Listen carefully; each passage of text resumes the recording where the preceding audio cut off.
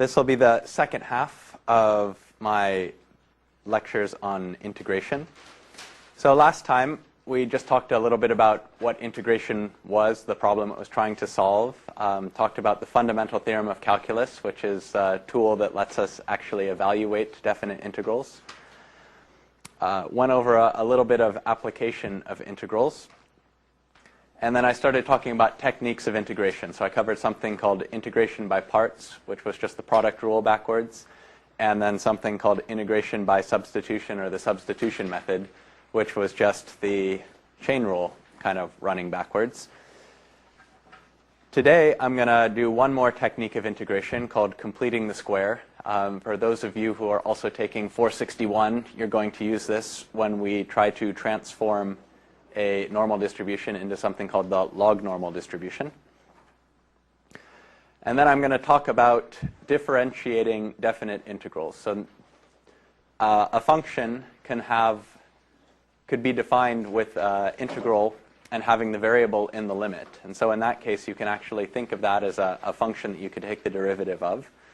I'll talk about improper integrals. So these are either integrals of functions that take infinite values in either the x or y direction, and then differentiating improper integrals. Okay, so I'm going to get started with my completing the square, and I'll introduce this just by trying to remind everybody of something called the quadratic formula.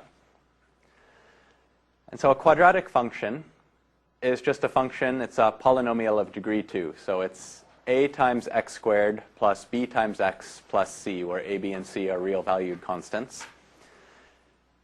And we have to add the extra condition that a is not equal to 0, because if it were equal to 0, this would just be a linear function, bx plus c. And suppose I'm interested in finding the value or values of x that make my quadratic function equal to 0. I think everybody remembers from high school algebra the quadratic formula. So it's x is equal to minus b plus or minus the square root of b squared minus 4ac all over 2a. And that's going to give you the values of x that will make this function equal to 0. And the way we actually come up with this formula is the same technique that we'll use in integration for completing the square. So suppose I want to solve my quadratic function. I use this notation to say I'm setting it equal to 0. So it's not defined to be equal to 0. It's me. I'm choosing a certain level. And now, once I've done that, these x's aren't variables anymore. They're sort of fixed numbers. And I want to find out what they are. So the first thing I'm going to do is just divide every term by a. So I multiply both sides of this by 1 over a. And I'm allowed to do that because one of my conditions on my quadratic function was that a is not equal to 0. So as long as a is not equal to 0, I can divide by a. And so I get this new form. So that doesn't look too exciting yet. And then what I'm going to try and do, so this is sort of the meat and potatoes of completing the square. I want to add 0 to this, but I want to choose a particularly smart choice of 0. So I'm going to, first of all, write b over a as 2 times b over 2a. So that should be still b over a. And then I want to add something here, and I want to subtract something over here. And I want to choose the thing that I'm going to add over here, so that the first 3 terms can be written as x plus something squared. So let's just look really quickly at what I would want to have. So the something is going to be b over 2a. And so if I look at x plus b over 2a squared, well, on the first term, so I use a trick to remind myself called FOIL, which is first, outer, inner, last. So the first 2 terms are going to be x times x, which gives me x squared. Then I'm going to have outer, so x times b over 2a, and then inner, b over 2a times x. So that's why I get 2 of these guys. And then last will just be the last term squared.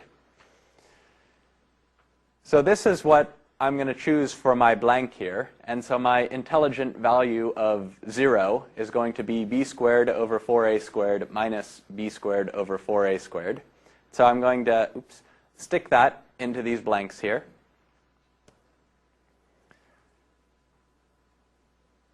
And now, these first three terms that I have here, I can replace that by x plus b over 2a, that quantity squared. And I've done two things in this line, so I'm also going to move these last two terms to the other side of the equal sign.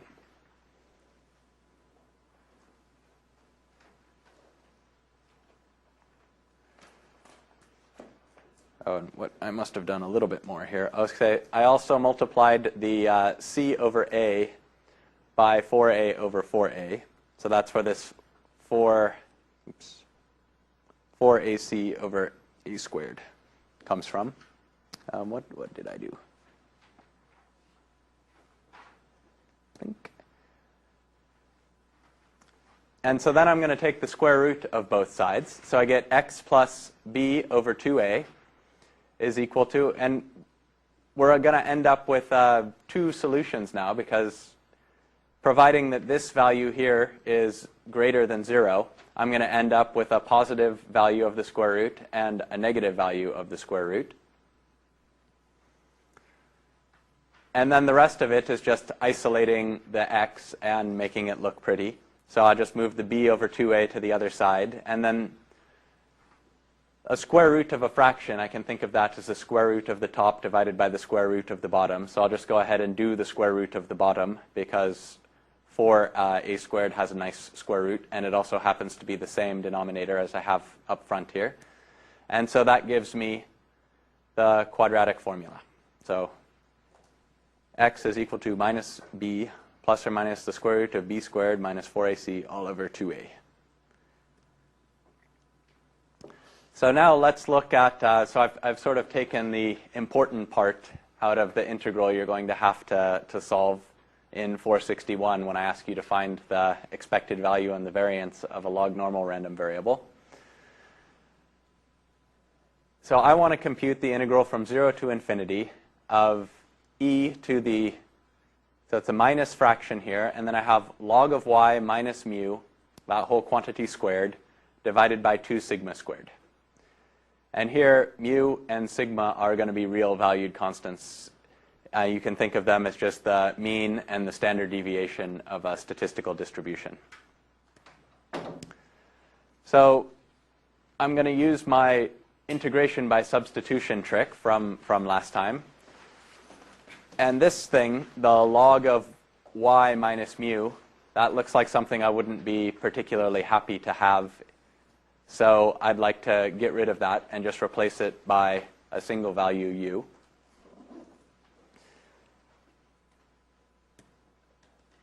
So if I do that, then I can solve for y in terms of u, and I get e to the u times e to the mu.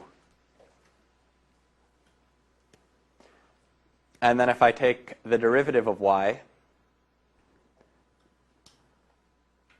I just end up with y du, which is, we'll put that as my value of y, but in this particular case it's going to cancel out nicely.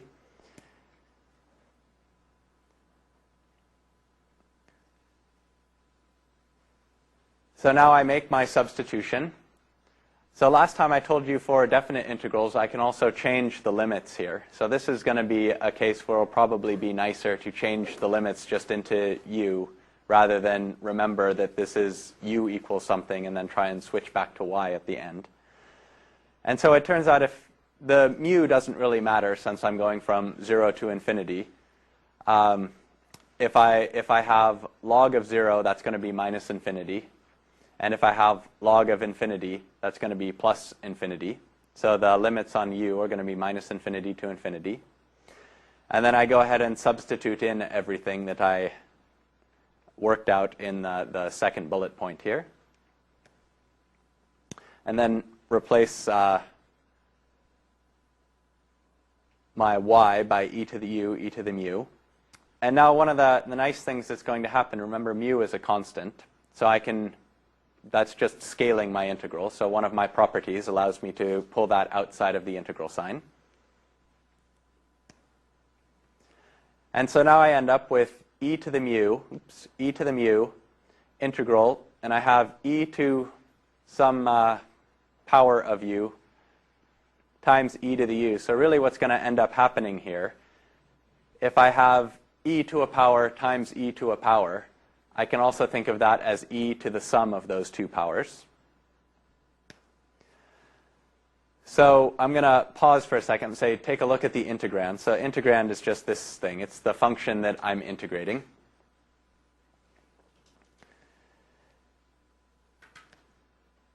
And so if I give them both a common denominator, then I can go ahead and do this sum. And now I'm starting to see something sort of like what I had when I was looking at completing the square. It's the same problem that I needed to solve when I wanted to solve the quadratic equation.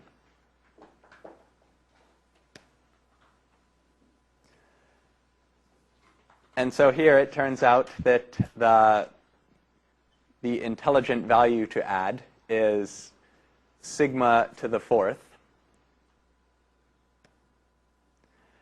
And then I can write this in this form here.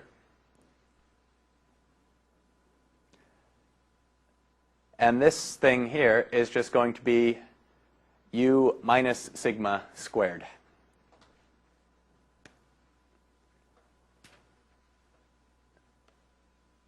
So I have u minus, sorry, not u minus sigma squared. I have to say that twice. So it's u minus sigma squared.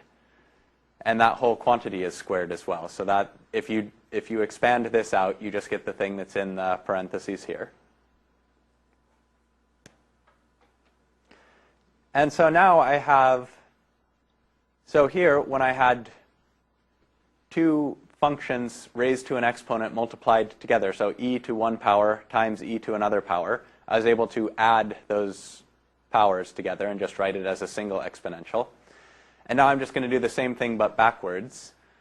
So I'm integrating with respect to u, so that means this sigma to the fourth over 2 sigma squared, that's just going to be a constant number. So I'm going to rewrite this as e to the minus quantity u minus sigma squared divided by 2 sigma squared times e to the sigma squared over 2. But now this is just another number that I could bring outside of my integral sign if I wanted to. So let's go back now that I have this little intermediate result and look at the function I'm trying to integrate again. So I can replace the integrand now with this function that this transformation of it that so all I've done is taken what used to be there and replaced it with this value. And now I can also bring this part of the product out in front of the integral sign because it doesn't depend on u anymore. As far as I'm concerned, it's just a scalar quantity. So I can write it like this. So I now have e to the mu times e to the sigma squared over 2, integral from minus infinity to infinity. And then sooner or later, you're going to learn to recognize this form. Here, I just had to make a hint. Sort of one of the problems with mathematics, it's all sort of intertwined. So when you try and put it in order so that I can give them in sequential lectures, eventually you want to use something that you haven't talked about yet. And so I stuck that in a little gray box here. But it turns out that this integral, so if I have e to the u minus something, so it doesn't matter what number's there. In this particular case, it happens to be sigma squared, which is the same value down here, but that's just because I was lucky. So if I have e to the minus, and then my variable u minus something, that quantity squared, divided by 2 sigma squared, this is something called the normal density function. If I integrate that from minus infinity to infinity, we get the square root of 2 pi sigma. And then, so this is something in the fourth week we'll talk about how to actually evaluate this integral. But if I look back up here, that's exactly the integral I have on the right-hand side. So I can just replace that with 2 pi sigma. So I end up with 2 pi sigma e to the mu plus sigma squared over 2. So that probably doesn't seem like the most useful example until you get to the homework in 461, where you have to do this again for the first time. And then I think you'll find these 2 slides very, very useful.